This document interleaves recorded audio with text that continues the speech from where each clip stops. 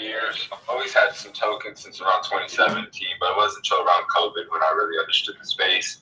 I'm actually also one of the advisors at DCharge, which brings us here today with Cameron and the legend that's up here, Doc. We're democratizing access to EV.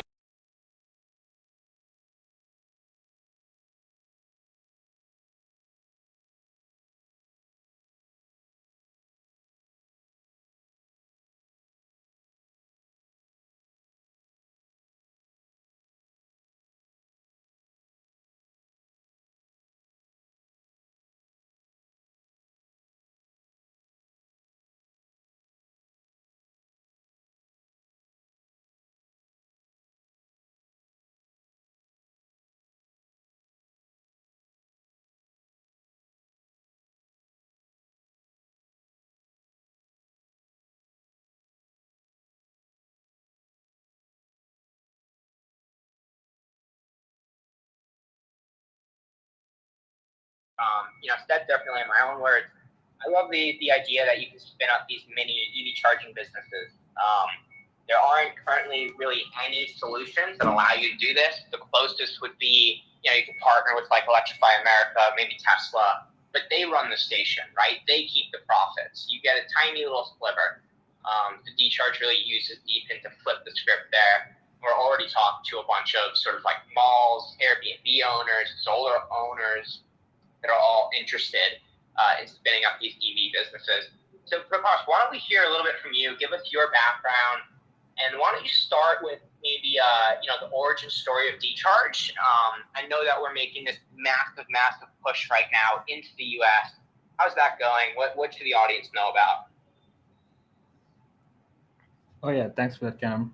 I think a quick intro about myself. Close to like a decade of very mixed tech background. I was actually a medical doctor up until 2012, 2013. Then I went 0 to 1 engineering, specifically in medical engineering, then got into the health tech startup space. But that was mostly, I was a huge hardware nerd back then, working on the software side and also on the connecting the world between the clinical side as well as the tech side. That was my first, I would say, the first 0 to 1 startup experience. Yet somehow I think what got me into the crypto world was as a medical doctor, you are used to like long hours, grunt hours, and like you respond to like emergency situations, right? Almost like 24/7. That basically injected me like with a lot of ADHD, which just can resonate with a lot of the crypto folks today, right? And that energy just made me feel slow in the startup world. Uh, I think around COVID time is when I got deep into the general ETH ecosystem and also the like a lot of hackathons. That's when I started deep diving into crypto around pandemic time.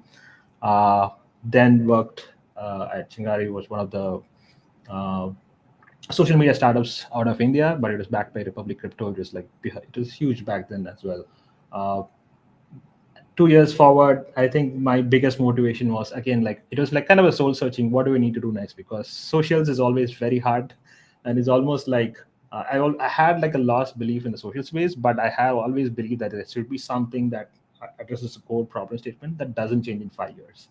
That was my soul searching at that time. That's when I met Mohan, who I known for like a couple of years, and fortunately he had actually like a working prototype at the time, and I was like we met together and we were actually figuring out how to collaborate together before, but we never really had that core subject that could motivate both of us. Given that I had a bit of hardware background as well, that was kind of motivating me. I think DePIN Meta was just starting, I would say. Like obviously we had Helium, which got popular during the, and I think it's around the Saga year launch year. That's when it got kind of popular, right? Up until then, gave me insights. I always thinking like, what could be the perfect deepen use case? That's when I met Mohan. He already had like a working prototype, and he was actually exploring digital public DPI, like digital public interfacing, in very traditional terms, right? Then I met, he was talking about it, and I said like, this is actually the perfect problem statement for using crypto. Like, so why don't we explore deep in specifically? That was just the starting point. We had this chat in Bangalore. That was literally the origins back in 2023, uh, roughly a couple of years ago, and that's when we started hacking, and we got it to like first 20 users, which was the hardest because nobody knows how it works, and we built the whole mobile app, knocking doors. Then it was just perfect timing for the Colosseum hackathon at the time. Then I think I had like very decent hands-on experience with the Solana ecosystem back then in the last couple of years. So we just straight up entered the hackathon. Uh, I think that was it's funny incident was I think Mary and team were very specific. They just wanted to listen to short pitches, right? But our pitches was like 7 minutes long. We entered into the hackathon. That's all we had. We were up against a lot of people who were just working on hardcore social media products, all of it, right? And fortunately, we had a working product with no direct crypto tech kind of involved. We only integrated the payments app. It was 7 minutes long. I thought there's no way we're getting into the Hackology market. That was the first thought. But we had the interview and we had like spoke for like 40 minutes. They were still not convinced. But we were specifically in, you can just do things, right? So we just kept hacking. We send them like a email update saying that, hey, you know what? I know you guys are evaluating, but here's what we are doing right now. We're still kind of working on it, regardless if whether you guys select us or not. We send them like the order of the next 50 chargers. This was like our own capital. We send them this, and somehow it sparked them into motivating, very motivational, because like they didn't know anything about how we could scale or something, but they just saw that we were kind of motivated to hack this, regardless of whether they'll pick us or not. They asked us to come on call, and 2 days later, while somehow in the first 5 minutes itself, they said, yes, we'd like to accept you guys. What are your thoughts? And both of us just laughed, and then yes, we are in. That's pretty much how it actually started. That's the origin story. I haven't said this a lot in a lot of spaces. I mean, yeah. So This is the first time I'm hearing the origin story for sure. I love that background there. You guys have always truly encompassed that idea of like you can just build things, right? And yep. So long as you just keep going, you can never fail. And it's funny to hear that maybe it wasn't the quickest acceptance into Coliseum. Yep. And then you guys, obviously wind up being accepted and take home, I think it was second in the DePIN track in their first ever DePIN cohort. So pretty amazing how that ended up. Prakash, why don't you tell the audience, give us an update on the traction in India. Obviously, you guys started there. To my understanding, you're a few hundred locations live, and only now are you sort of hitting the green light on the US. So walk us through sort of the current day in India. Yeah, I think so. Right when we ended, just timeline wise, right? I think it's very interesting to look at the numbers and timeline perspective, right? When we ended Coliseum, we only knew what to do with the 50 charges that we ordered. That was the only thing. Of course, we had the whole Coliseum programming and everything, but there was no clear playbook of doing it 0 to 1, especially when we are very conscious of focusing on the product and not build out any unnecessary vaporware. I'm using that word mainly because a lot of people always try to build the crypto part first and the product later. But we want to be very clear and being stubborn, because it's like you have got to understand that when you start building out fresh, people always ask, oh, where's the crypto in this? If you have that, and where's the product in this? There's always there's no clear answer to this, right? So we're dead focused, let's not focus too much on crypto. We have enough time. We had to build distribution first. We just focused on getting these up, the first 50 charges live, and we deployed them left, right, and center, right? We literally had zero usage for 2 months. We're still looking at ourselves, and of course we know we can just put capital and deploy 100 locations, but after that, what? We always need to figure out where's the demand side of it, right? Of course, there is the problem statement that it's a very compelling problem statement. We know that demand exists, that the EV sales are growing every year, especially in India, where especially in the commercial, quick commerce market, how you have DoorDash in US. What was really popular at the time was quick commerce deliveries. You have deliveries coming 5 to 10 minutes every time. Then we looked at the numbers and said, what is the first set of customers we can get? That's when we realized, okay, 70% of EVs on road in India are all around the clock all the time. There's two-wheeler EVs, four-wheelers also, right? So we just went to these folks and said, just tell us where to deploy. We are looking for usage, and we'll just give you 5% of the rev share. They were happy because we were we didn't realize we were subsidizing their, yeah, that's 5% rev share just for telling us where to deploy.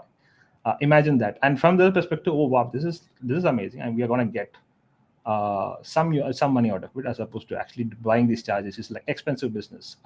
These are like operational heavy startups, right? These are other startups who are buying like 50 to 70 vehicles on their fleets, and they can't afford to put a single dollar into operations. The biggest companies like Amazon, even they don't put money into charging infrastructure. That's not the core business, right?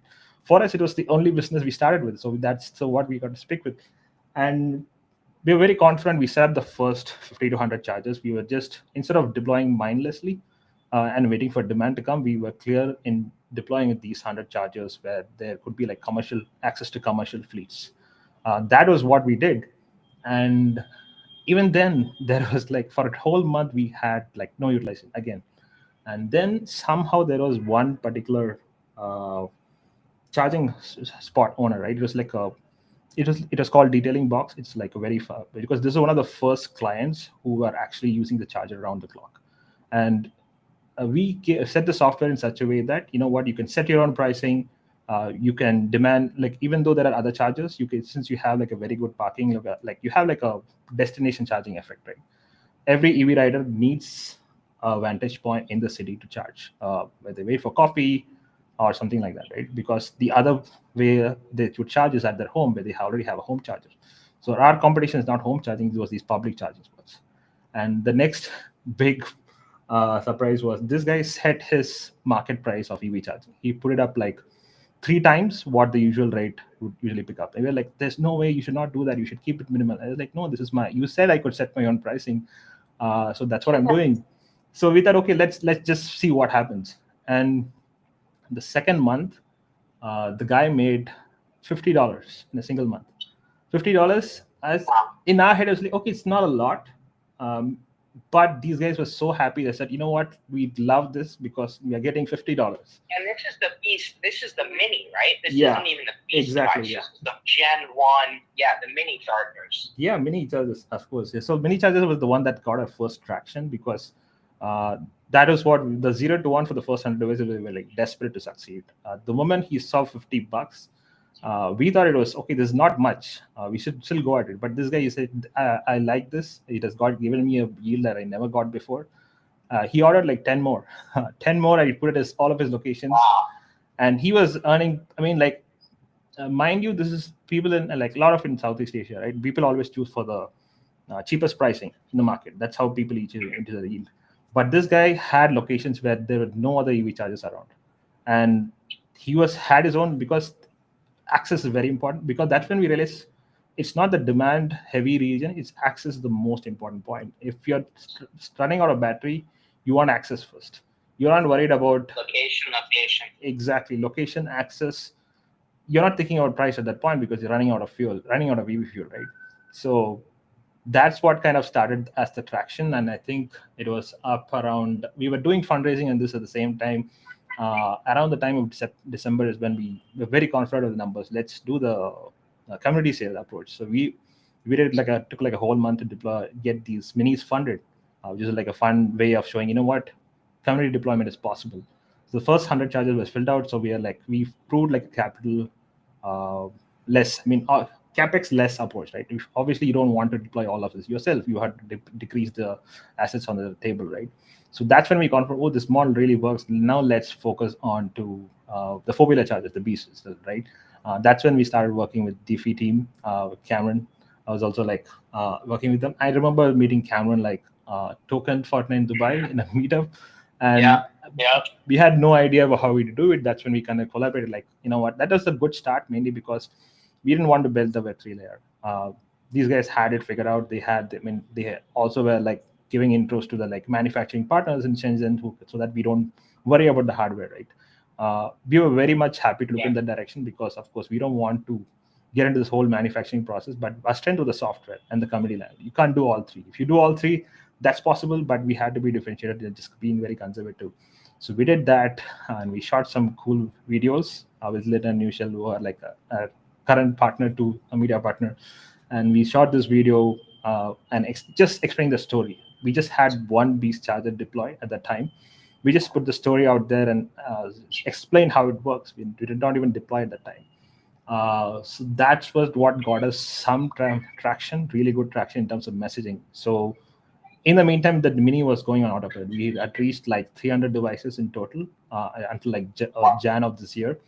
Uh, that was a major traction, and of course, Beast was also like we were deploying like at least the first 5, and they were showing proof of concept at least. Utilization, not the we knew it. We did the community sale at that time. We got the proof of concept done. So this was at the time. This was actually the junction at which it caught the attention of our lead VC, Lemscap. The fun he was. I think what was more interesting is I'm saying all this because it leads us up to good numbers right now. What happens today? Uh, so he kind of reached out to us. This is the second time he reached out, and he said like, "What you guys are looking at interesting. I know there's not a lot of traction, not like mind blowing traction, but we had reached like 1 million charging units at that time." Which was across the network. Mini now dominated the distribution, then Beast a bit of it. And he saw the numbers and said, yeah, this looks legit and you guys have like good deployments. I think that's what matters. I think utilization revenue will come over time. I think it's a good one. So that literally started our fundraising conversation back then. And like we filled, I mean, we did the fundraise round like in a couple of months, overall timeline, right? But that was not the only thing, right? Because when you have to look at early stage startups, how VCs look at team is what is their ability to execute under like 0 to 1 hardcore with nothing figured out, not overbuilding, being very nimble on tech. We were very methodical in spending. So that's what got us started. And I think since then we have closing on like 3 million charging minutes. In terms of deployments alone, I would say like 90% obviously like in Asia.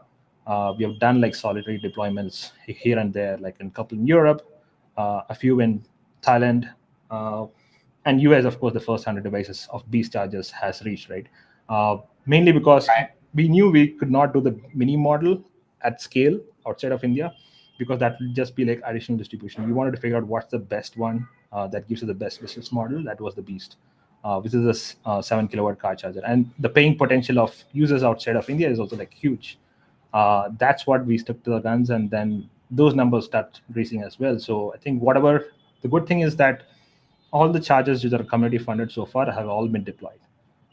So that's the bigger one. And like if you look at the current numbers, I'm not kidding. So basically, community sales is actually catching up to what we are actually doing in real life. If you look at the minis numbers, we are selling like 70 chargers a day. And there's like a one month timeline between sale and deployment, so that's also pretty fast. We have got like really efficient teams who are joined from competitors. That was the next surprise because they were joining from competitors who are all like YC backed, raised 20 million plus. They're figuring out the market. We figured out some niche and they were really interested because they had no idea about crypto, but they knew something that we were doing differently than their competitors. So they all joined. They were joining our team. That was the biggest one, right? And we want this story, the same DNA to grow in every country, and that's what's happening in the US now. We have you guys participating it with us in the first set of mass deployments in the US, right? So I think these are all the like stories how we're kind of matching up. But in terms of numbers, we're projected to hit at least like 2,000 chargers overall by end of next month. So that's where we are in terms of numbers, and utilization is also like kind of keeping up. And remind the audience, so 2,000 chargers by end of September globally. When was the very first one installed? Very good question. Are you talking about the mini or the Beast? Let's do the first mini ever. Yeah, the first mini ever was an office in Hyderabad. That's literally Mohan's lab. So Mohan's lab. We set up the payment, the fiat system. No fancy crypto. That's just we did one POC for the hackathon, but we didn't put it into production because we didn't want to trouble the end user with paying with crypto. That comes later. You can do that anytime. So very conscious of later. that. Yeah, pay with fiat. Don't care about anything else. Of course, you can incentivize them in points. That's something we do even till date. So retail user just wants his car or EV charge. That's it. So the first EV charger was in Mohan's lab in Hyderabad, and the first Beast was literally where we're streaming from in Shipyard, Bangalore. So that was where it was shit at it. We have a lot of footage shot from there. That's also in our videos. Very good question. Had almost put me on the spot because I had to put the story coherently. Yeah, to your background. Yeah, no, it's insane how much, how fast it's all gone. I mean, you've literally gone from, okay, we're we're applying to these hackathons, applying to Coliseum to, oh my gosh, we're winning, we're placing second, we're having these fundraising talks. I specifically remember, obviously the full length of those talks took several months, but there was an enormous amount of momentum, I think, in just the last few weeks that ultimately wound up closing the round. Yep. You guys are absolute kings at sort of riding that momentum wave. Yeah, I think that's what kind of stood. I mean, like we have this joint ADHD. Crypto kind of gave us the culture, how to do many things at once. We always say like some will work, some doesn't work, but that's the you have to get at least like 55% of your shots. That's the success odds. Of course, I'm picking this quote from Roger Federer. He says like you don't have to have perfect. You need to have 50% plus. That's all you need. So that was a challenge. We have built a good team so that even when you're fundraising, that's even more difficult, right? You can either fundraise or build product. You can't do both. But fortunately, we had the team who could do it, who could do the work that we really wanted, the vision, execute the vision we need. And that's how we were doing the momentum at the same time as the race was happening. And that's when we were able to kind of close around, hit up utilization, all of it. I think that's what kind of prompted to close around. It's incredibly exciting to be working with, teams at this startup stage, right? Going from 0 to 1, literally all day long. And I'm sure a few of you in the audience, have worked with startups before. All day long, though, there's problems that, like, if Prakash doesn't solve them, they're not getting solved, right? Like, it's, or myself, or Scott, right? It's a small team. The ownership is very, very high among these teams. Yeah. Hey, Prakash, is there anything else you want to touch on? And I also want to ask, if there's anybody in the audience who wants to get up here, you can just request to speak. I'll get you up on stage. But Prakash, floor is yours. Oh, yeah, I think it's funny. Obina, he's in one of the audience, right? He's kind of he's an active contributor. Once in a while, he helps us with managing this community and all of it. So he's from Nigeria, and Obina. Yeah, Obina. So I noticed Obina. Obina is the man. Yeah. So it's funny, interesting story because when we did like some community bounties out of Nigeria, we knew that was not the market to be ready for the beast, but we still shipped a few devices there. 3 of the devices there, we had no clue, but they still were able to kind of set it up, at least one, and test it out. And I think that was a mini POC which we did. That was just our blind confidence. Okay, maybe we can get some remote deployments also work rather than you can't be in 10 countries at once. That's a challenge. But that was our first step into trying out the mini device. But of course, in terms of market traction, we'll always come back to that at a time when we are ready for that region. So and same thing in US as well, right? I think to cut the summary short, I think the last 6 months, I mean, entering a new market is never easy, but if you have the vision and persistence, somehow you get there. I know there are a few deals we're working together that have the same story.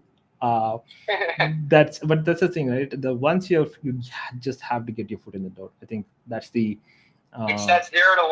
Yeah, 0 to 1. It's the spark. The gasoline is all, we're covered, ready to blow. We need that one spark, and then I'm a big believer it all builds on each other, right? All these deals in the pipeline, they all close then because of that one North Star. I also have another story to share. So that this is, I think Scott will be having an opportunity to chip in. I know he's here, also hearing a lot of it for the first time, the stories, but it's kind of good to have this live also. So basically, I think Singapore token. This was just, I think, we were just raising from a few angels back then, and that was when I think that was the first time I met Scott. He was at peak, and to give you our first memory, I was like, the most brilliant thing about is like he's the most outstanding. Like a BD point of view at the time, like we used to go to these DePIN meetups, and you can hear Scott from across the room. Like, and he's like, I put it very bluntly. Like if it weren't for Scott, I wouldn't have known what peak was. I know they didn't even have the token; they were building. He reached out very organically. He sent out the link. I just put a calendar at this, and then I saw him in person. I saw seeing in person in action. That's like magic. I'm not kidding you. So, and I used to speak to people, and it's like, he's the number one BD. And he's like, because you can hear him across two rooms, and this is across a lot of other rival teams were also there. And the funny thing was, I did have a chat with Peak Team. I know there are a few stealth startups I don't want to name and give them hypes, but I think what kept as the blind motivation. We knew there are maybe competitors, but they were still in stealth mode or figuring it out. But we were just had this blind confidence. You know what? Story is important, but also having a working product and talking about it is what got me to speaking to Scott at the time. I think he was leading his whole evangelism at peak, bridging real world assets. The story that was always fantastic to hear from his end, and that was one of the moments. And maybe Scott can chip in and add in some words here. Oh, no, I appreciate it, Doc. Man, just like how when I met Cameron, man, everyone who has the same vision for the space, and what I mean by that, I don't mean like everything A to Z Web3, I mean real world applications. Like we all either work with each other, share networks, share resources, whether that's enterprise, KOLs, whatever that is. And, it's collaboration over competition. So even though I was at peak when I first met Doc, that was the first thing I recognized. I mean, he's building on Solana, and that's supposed to be like peaks, like competition or whatever, which I can't stand that either, but that's another Twitter space for another day. I loved how Doc understands that, yeah, everything's going to start on the base chain, but at the end of the day, like when our grandmas and our parents and our brothers and sisters come to use this chain, they're never going to be checking about what is the technicals of each chain. Does this all work together? Does it make my life easier? Does it make something faster? Does it make something accessible? My Japanese grandma always make a joke. She'll never be like, hey, Scott, I don't know. That's on Polygon or Solana. I don't know if I'm going to use this. That TPS, I don't know. It's not up to my standard. Like, nobody's ever going to say that. And the more that we have the Camerons, the Docs, the Scotts that realize everyone has to play together at some point, I think that makes the goal easier to come to fruition.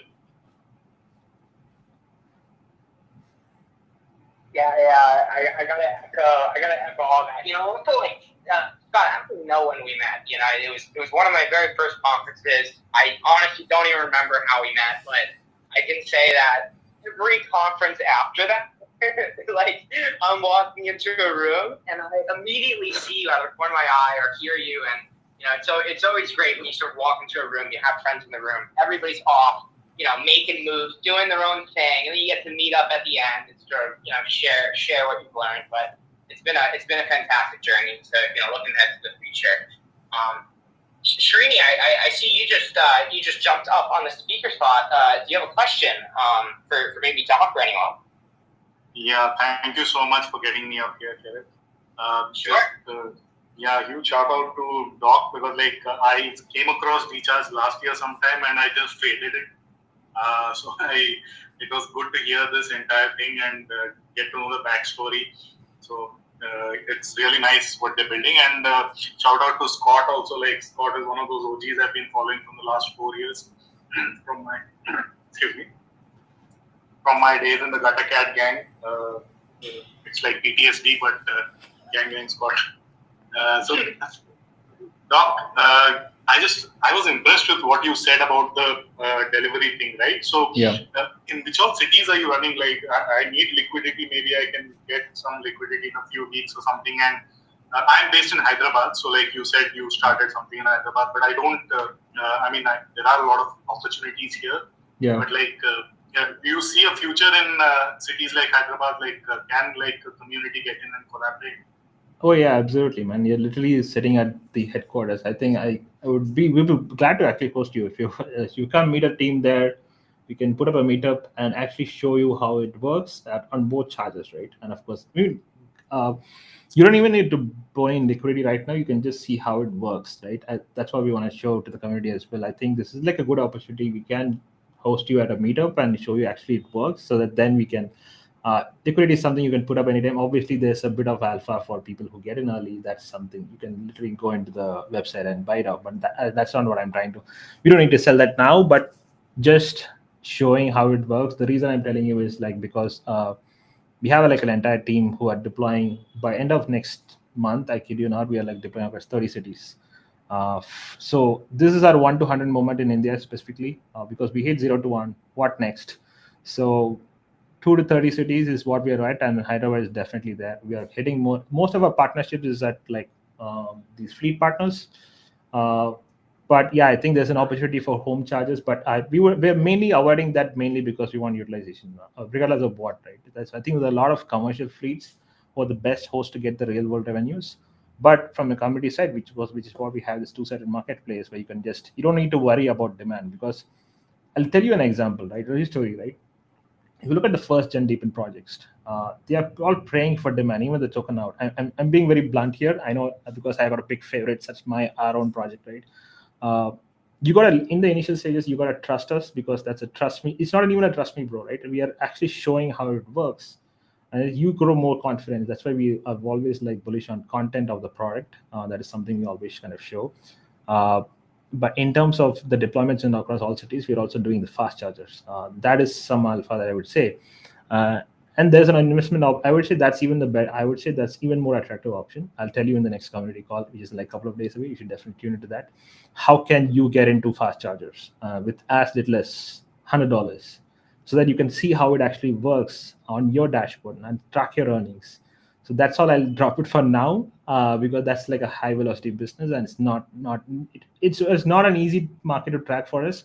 But the best thing I will say is in Hyderabad and Bangalore, at least you will see all chargers working in all its glory, whether it's the slow chargers, mini ones, or the beasts, or the fast chargers. These fast chargers are like you fill up your car in like 40 minutes, but these are like high capex. Each fast charger costs you like 10 grand at least, even in India, right? And if you go to US, it's like 4 or 5x. But that's also something you're kind of filled up, and we'll be more than happy to show you how all of the three products work. And that would be my humble response here. All you need to do is like turn up our labs. We'll show you around how all the three products work, and I think that'll be a good start. Thank you so much, Doc. And I think I'll visit and get a little more clarity on the regulatory aspect also. I don't want to take your time up here, but like yeah, so because like it's easy to do it in a country where the crypto regulations are much more like in the US right now, right after the recent act that was passed, things are much clearer. But like in India, we still need some regulations to come in. So that's why we're not talking about the products. We're not talking about anything token. We're only talking about the products, right? So that's good as far as the public space is concerned. That we're only talking products here. I just want to add. I think that's one of my favorite parts about the D-Charging network is that the token component is a little cherry on top. But from what I've seen, most community members, participants, they're not really doing it for the token. It's more of the cash rewards, and maybe you have an Airbnb and you have people that they want a way to charge their cars. They want that. You could go pay Tesla $500, and then another $500 per install, and you can never accept a dime from the people who use that charger, right? It's purely a cost center. But now all of a sudden you can use e-charge. It's the same exact thing, except you're now earning rewards from it, right? You're not giving away free electricity. I see our good friend William is up on stage. For those of you that don't know, William is the #1 DePIN Spaces host globally in the world. William, why don't you get up here? How you doing? Yeah, I'm flattered. I'm super flattered. Thank you for the kind words there. I don't think I'm #1. I'm catching up, hopefully, but we're working our way up there. It's great to be up here, though. Love that you're hosting these spaces here. Happy to see Doc up here, dude. I haven't talked to you in some time, man. I'm really happy to see all the success coming to D-Charge. I've just seen you on the TL just cooking, man. And my boy Scott here, dude. Scott, it's been forever, man. How you been? Bro, I'm back on Spaces, man. Hey, shout out to Faded. Yeah, man, I just been cooking, bro, but it's time to come back out. So, just trying to pull up on as many spaces, many streams, kick, whatever it is. It's time to pop back out. So excited to be back in the limelight again here. Dude, hell yeah, that's great to hear. I actually just accepted pretty much coming out with it pretty soon here, but I'll be running basically like the new Wolf Crypto account. So I'll be doing a lot of different spaces. Basically not just DePIN anymore. I'll be like tokenized assets, all of crypto and everything. So I'm definitely gonna be calling on you for sure. Then we'll make those. We'll cook with those, bro. It's gonna be great. Oh, I'm always down, bro. Hit me, bro. You got my number. Yeah, hell yeah. But yeah, no, Cameron, I loved what I was hearing, and I saw like the recent ad push recently over with D-Charge on the. I love the Airbnb kind of the comparison, I guess, like turning your driveway into like an Airbnb. I love that because I think it's a great way to advertise the value that D-Charge is bringing, and it's easy to understand for people who aren't in Web3 and crypto and whatnot. And that's always something that I think DePIN has really prided itself on, being able to solve real problems and relate to people and say, hey, listen, maybe you have a rental, or maybe you just have a really tight-knit community and you want to share your resources with them and get rewarded. Now there's ways to do that in a pretty straightforward manner with devices like the Beast and everything, which, man, I got to get me one of those, Doc. I need to get hooked up one of those or something. I need to go buy like several. I have so many people that want to buy those. By the way, some alpha on that actually. So we did like 2 ads, right? One was a straight up animation one. We also did like a follow up ad shoot. I think this was around in New Jersey. Yeah. So we kind of shot off some footages. New Jersey. Cameron was there. He was there moment. I think I let him fill up on that particular content. I think you can go and check it on YouTube for sure. It's also on a Twitter feed, but he can tell you some stories of how we shot that content that day. Very, very funny. So this was Doc's limelight moment, getting him behind the camera. We had a fantastic film guy who we met, that day, of course. Like, it was a warm intro. But very, very funny day. We drove around the suburbs of New Jersey getting all these shoots. And what's really crazy, actually, is the whole Airbnb, turning your driveway into an Airbnb, that was feedback we got from talking to like random Tesla owners at Tesla events. Like that. It was the first thing that when we started explaining D-Charge to people, like 3 or 4 people that day were like, "Oh wow, it's like Airbnb for EV charging." It just stuck. And I think that's really just what gets us all going here, what excites all of us. Like the ability to install this thing. And then you're done, right? Like you install it, you buy the charger, then you're done. So even if in a low utilization zone you're earning $25, $50 a month, that's great money. And having yield in your driveway is something that everybody's after. And exactly, dude. And it's kind of a similar pitch that I make to my hosts when I do like Helium or XNet deployments. And I'm like, hey, like, do you want a mini cell phone tower in your business that makes all of your customers have better cell phone service? And they're like, oh, that sounds great. And that's all you got to tell them. That's literally all you got to tell them. And they're like, oh, that's a problem that people are familiar with. It's a thing that people are familiar with. And when you mention that there's a solution to it, they instantly go, oh, damn, I want that. Yeah. And they don't know or care about the crypto blockchain side. That's, frankly, there's many different types of deals I'm learning when it comes to deployment, right? There's, hey, William's going to go deploy it in a shop that he owns. There's William's going to go sell this to somebody else who just wants a piece of tokens. There's, maybe William is doing this and they're not even getting paid. It's the boosted coverage because they have such bad service that their customers are complaining all day long about no Wi-Fi, right? There's so many different ways and different types of deals. So, for everybody listening, like, you can get in touch with anybody up on stage right now to talk deployments, whether it's D-Charge, whether it's XNet Helium, but these really are super, super exciting businesses, and it's all made possible, obviously, through that DePIN model. But dude, it's so humbling too, right? Like, dude, running out and pitching to host is such a humbling experience because it rarely goes right. Like, when it goes right, it's great, but sometimes it goes so wrong. Like, they don't understand anything. You're like, shit, am I the problem? Like, did I pitch this terribly? Especially when... Are we the bad guys here? No, I was just referring to are we the bad guys here? That meme this project. No, it's when you're actually out on foot doing this, like, we're in the crypto echo chamber, right? We're all juiced up about this. We've been hearing about DePIN for a year and a half now. We know how it works. We know the value prop. You go pitch a 7-Eleven, on this DePIN model. First off, if you're even using that word, they probably have no idea what you're talking about. And, that's more of an uphill battle to even explain that component. So sort of like William said, I don't even mention it, right? I'll mention it. This is EV charging. You're going to make money off the cash rewards, set your own pricing, or for XNet, maybe I'm paying a small rent, for example. But, obscure away the crypto side, right? I've also over-explained it too by staying away from the crypto side, though, Cameron. I've over-explained helium too much to the point where they're just like, hey, thank you, but no thank you, goodbye. And I was like, damn it. No. Because they have to quickly understand, okay, what is this thing? Why should I care? And also, hold on, how are you getting paid? Because otherwise, they just think it's a scam. So come up, own it up front. There's these token rewards. That's how I get paid. There's no cash involved. It's just tokens. Right? I just tell them AT&T and T-Mobile pay me. I just say AT&T and T-Mobile pay me. And they say, okay. There you go. Keep it super simple. Keep it super simple. What is that saying? Keep it stupid, simple, stupid, whatever it is. Yeah. That's exactly how this is. That's exactly how this is.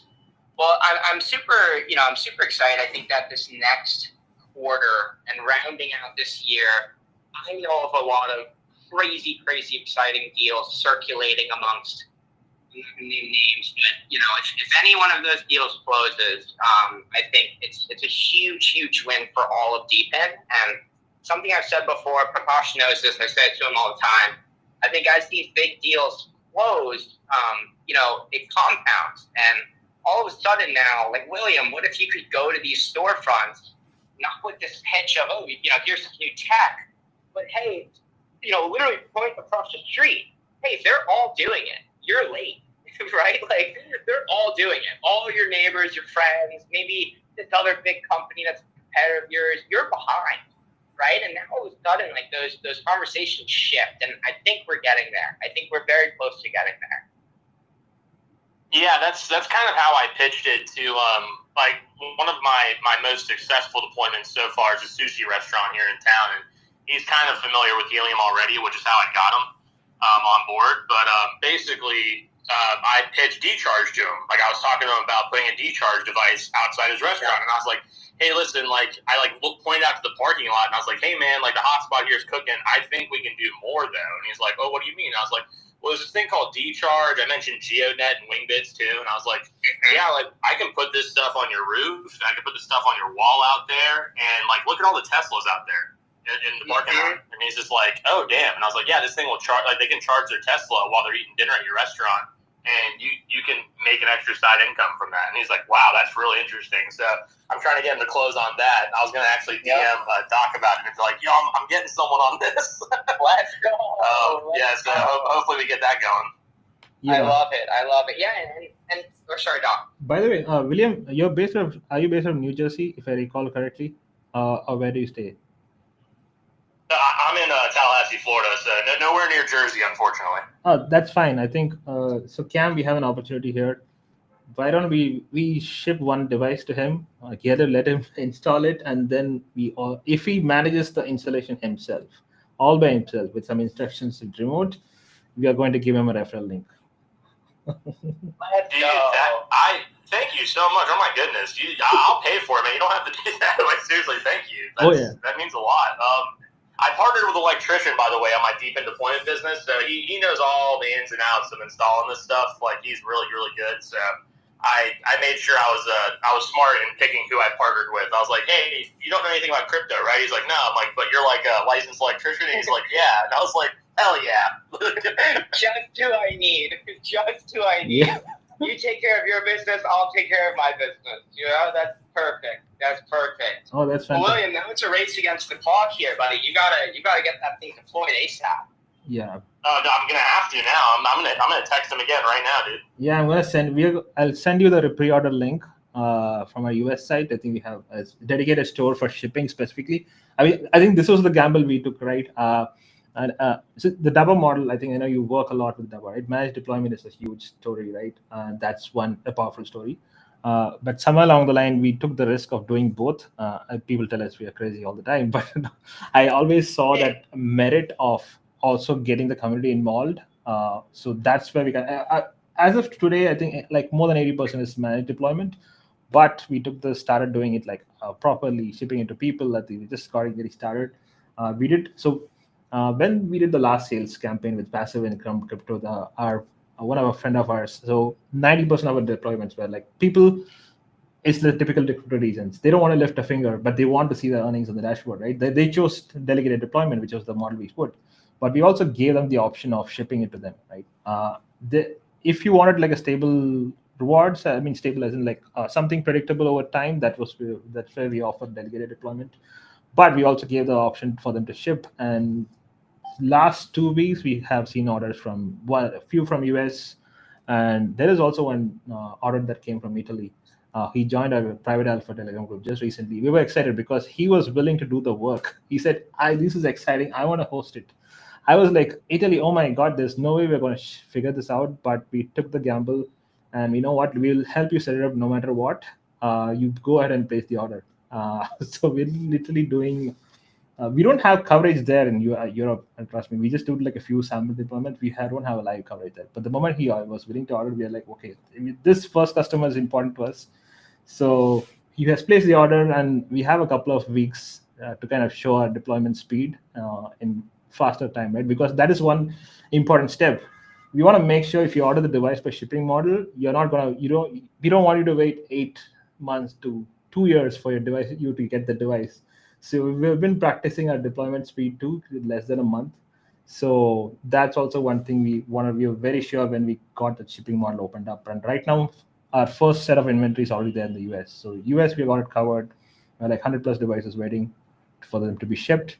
And of course, if you're ordering from somewhere we can hopefully support, we still want to do that. So I think we are going to see a lot of traction in the next few weeks, testing out real deployments on the shipping model in both Europe and US. You guys absolutely nailed that for launch. For the audience, they essentially pre-ordered 100 units, right, and shipped them to the US, taking 100% of the risk, just to ensure that when you guys order them, you're not waiting around for 6 months. So I think that's sort of exactly the sort of hands-on customer service that's needed right now. Obviously, William will be one of the guinea pigs. There's a few guinea pigs right now, but William will be one of them. Yeah, no, I'm happy to be a guinea pig. No, and that's great to hear too, Doc, because obviously I'm sure you guys see on the TL, people have ordered devices before and they don't show up for 3 years, and everyone's like, I totally forgot I ordered this. Oh my God, Yeah, and I've missed the entirety of the testnet. It's kind of a little late now. I think I got a picture from a friend of mine who had ordered, I forgot, I'm not going to name the project, actually. I'm not going to roast them. But they ordered a device, and they no longer had the means to use it. So they were like, oh, I ordered this 2 years ago, and I totally forgot. And I was like, oh, wow. We'll as we're rounding out the space here, I think that's something that's very unique about DePIN and specifically D-Charge model, right? These are real world models. It's not as easy as, I'm just gonna buy it and deploy it to my living room. That's not gonna work, right? And so being able to partner with people like you, William, who you're like, listen, I do deployments and I have an electrician. You're good. All you need is the location, but you're good. It's the people who are really ready to do a little bit of work. I think is the ones where Prakash will do anything in his power to ensure a smooth onboarding process. So definitely very excited to see how all that works, William. No, I'm looking forward to it too. Thank you, man. Hell yeah. Hey, let's go around. Any last thoughts from anybody before we wrap it up here? I'll let these guys go first. Scott, go for it. Oh man, no, I'm just excited that. Dude, I'm glad, William. I'm actually glad you're here, bro. 2 years ago, me and this guy, William, literally sacrificed our engagement. Not that it fucking matters. Vanity metrics. This is the end of 2023. So literally time goes by so quick. We bet the house, bro. We literally were like, I remember talking to William, bro, if RWA doesn't work out, let's just go back to Web2, bro. Literally, I was like, you go do your MBA shit. I'm going to go back to entertainment.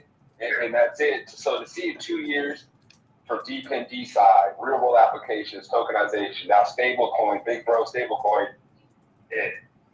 We try to tell everyone, and I don't mean this in a meaner way, that bet on what's real. And look where we are now. It's only going to continue to grow. We told you there was going to be no mass onboarding event with Taylor Swift or Kanye. There's going to be stable coins. There's going to be the slow boat. And here we are. So it's really dope to see how far William's, taking what he's done. Nobody listened to us. DePIN didn't even have a name when we started. It's called Tippin. So literally to go from Tippin to where we are now, it's just amazing to see. And it's just so cool that we all did it together, man. So I just want to give everyone flowers that were part of this whole movement, man. We're just getting started. Yeah, I have to really throw it to Scott here on that one. Like, Scott, just such a baller, dude. Like, he, back in a time when I was losing faith and hope in the space, I was just like, man, like, what is the use case here? And then, like, I hopped on a random space with Scott, and I was like, my mind, like, the light bulb just, like, turned on, and I was like, holy shit. I was like, this is the keys of the kingdom right here. I was like, oh, my God, this is the path forward. And I haven't regretted it since, man. Seriously, this has been an amazing journey. I'm happy that you and I have got to go on it together. And it's been a wild ride, dude. And I love that, we kind of called it back then because I just saw a recent post about like some meme coin trader. And he was like, man, we just need retail to come back. And he's sitting here like talking about retail coming back to meme coins. And I just said, I like literally put a comment and it was a picture of Helium's daily usage. And I was like, nah, man, retail moved on to better things. And it just showed like 1 million phones per day, attaching itself to the Helium network. And he liked the reply, and he's like, damn, dude, facts. And I was like, see, even he's got everything on. Like, what the fuck? So I think it's great that we're getting to a point now where, legitimate institutional investors are taking notice, dumping money in capital in this space. You have DePINs on the NASDAQ talk show, which I thought was amazing. You have crypto companies on freaking doing the opening bell in your picture there. Crypto ETFs popping up on the market left and right. I think it's just like more and more our thesis is getting proven is essentially what I'm trying to say. So again, just really happy to be up here with you. I'm really happy to be involved with D-Charge and all these other DePINs as well. Could not be more bullish on our space, guys. Cameron, thank you so much, dude. And Doc, I'm going to throw it to you. Yeah, I think my best takeaway from that last 2 minutes was like Scott saying, we bet the house. Oh, that's like, it's really bullish. That resonates. Yes, I think the entire crypto industry is like, we are still early. I mean, it kind of is, right? Then DePIN is like, some corner is still kind of shy, even we have like flagship projects, but it's still like betting the house moment, if you ask me. Everybody needs a vet the house moment, and we've all done that continuously, and I think we're all going to get that payoff in the next few years here, as will everybody who operates in this space. Super exciting to see all the progress that's been made, the highlight and the priority that, foundations like Solana, like the U.S. government even is placing on this. We're seeing more and more Web2 companies partnering with DePINs, right? I think D-Charge could have some announcements soon. Obviously, AT&T, T-Mobile with the access to Helium to the world, Dish, TV, etc. So, hey, thanks so much, guys. This was an absolute amazing inaugural space here. Excited to do many more of these. Thanks so much for everybody who joined and made it awesome. And we'll see you again real soon. Thanks, everybody. Thank you, Cameron. I'll see you tomorrow, bro. See you guys.